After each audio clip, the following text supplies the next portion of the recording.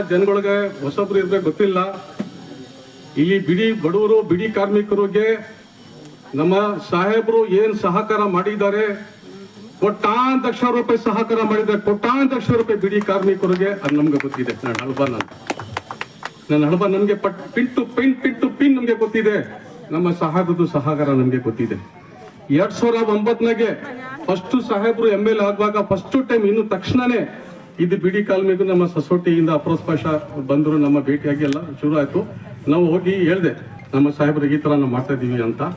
ಆವಾಗ ನಾವು ನಮ್ಮ ಅಣ್ಣ ಪ್ಯಾರು ಸಾಹೇಬ್ರು ಇಬ್ರು ಬೆಂಗಳೂರಿಗೆ ಸಾಹೇಬ್ರು ಮನೆ ಹತ್ರ ಹೋಗಿ ಸಾಹೇಬ್ರಿಗೆ ನಮ್ಮ ಬೆಂಗಳೂರಿನಲ್ಲಿ ಇರುವ ಬಿಡಿ ಕಾಲೋನಿ ಹೆಂಗಿರಿ ಕರ್ಕೊಂಡು ಹೋಗಿದ್ರು. ಈ ತರ ನೋಡಿ, ಈ ತರ ನಮ್ದು ಎಲ್ಲ ಎಸ್ಟಿಮೇಟ್ ಇದೆ ಅಂತ. ಆವಾಗ ಸಾಹೇಬ್ರು ಯಾರ್ಯಾರಿಗೆ ಹೈ ಪೊಸಿಷನ್ಗೆ ಫೋನ್ ಮಾಡ್ಕೊಂಡು ಭರವಸೆ ಬಂತು. ಆದ್ಮೇಲೆ ನೋಡಪ್ಪ ನಜೀರ್, ಸಿರಾನಲ್ಲಿ ಎಲ್ಲಿ ನೀವು ಜಮೀನು ಖರೀದಿದ್ರೆ ನನಗೆ ನಾಳೆನೇ ಬರ್ತೀನಿ ತೋರಿಸಿ ಅಂತ ಹೇಳಿದ್ರು.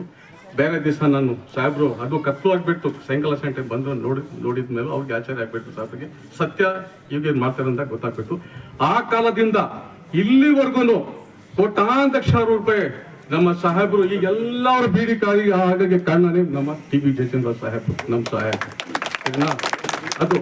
ಅದೊಂದು ಮಾತು.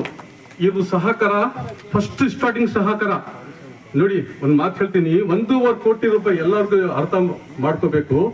ಈ ನಮ್ಮ ಸೊಸೈಟಿನಲ್ಲಿ ಬೆಂಗಳೂರು ಹೆಡ್ ಆಫೀಸ್ ನಲ್ಲಿ ಸೊಸೈಟಿನವರು ಮಾಡಿದಿರೋದು ಕೆಲಸ ಮಾತು ಹೇಳ್ತೀನಿ.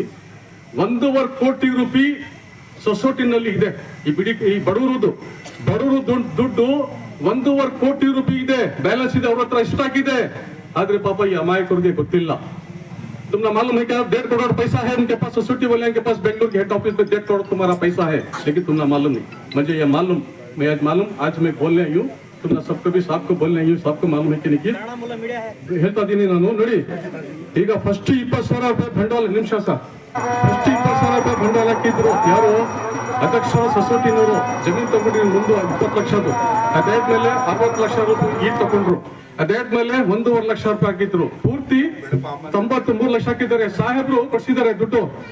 ಸಾಹೇಬ್ರು ಸಬ್ಸಿಡಿ ಲೋನ್ ಕೊಡ್ಸಿದ್ದಾರೆ. ಇನ್ನು 1 ಕೋಟಿ ರೂಪಾಯಿ ಬ್ಯಾಲೆನ್ಸ್ ಇದೆ. ನೀವು ನೋಟ್ ಮಾಡ್ಕೊಳ್ಳಿ.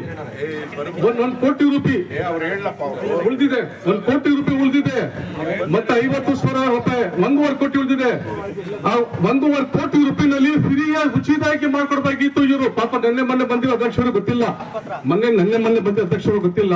ನಮ್ಮ ಹಳೆ ಅಧ್ಯಕ್ಷರು ಹೇಳ್ತಾರೆ ಅದು ನಾವು ಅಫ್ರೋಜ್ ಪಾಷಾ ಮತ್ತು ಅಲಿ ಗಿಡ್ಡ ಅದಲ್ಲ, ಗಿಡ್ಡ ಕಳ್ಳ ಅವನು ಮತ್ತು ಅಫ್ರೋಜ್ ಪಾಷಾ ಮಾಡಿದಿರೋದು ಇವ್ರ ಪಾಪ ಗೊತ್ತಿಲ್ಲ.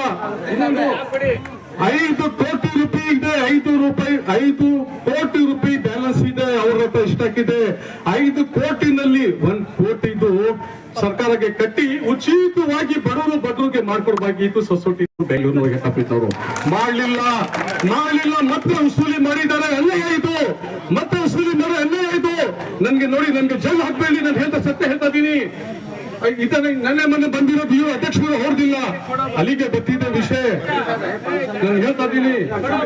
ಇರ್ಲಿ, ಸಾಹೇಬ್ರಿಗೆ ಗೌರವ ಕೊಡ್ತೀವಿ. ಸಾಹೇಬ್ರಿಗೆ ಗೌರವ ಕೊಡ್ತಾ ಇದೀವಿ ನಾವು.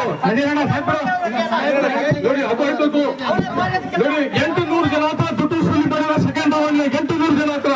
ಈಗ ನೋಡ್ಕೊಳ್ಳಿ, ಇದೆಲ್ಲ ನೋಡ್ಕೊಳ್ಳಿ. 800 ಜನ ಹತ್ರ ದುಡ್ಡು ವಸೂಲಿ. ಇವಾಗ 1 ನಿಮಿಷ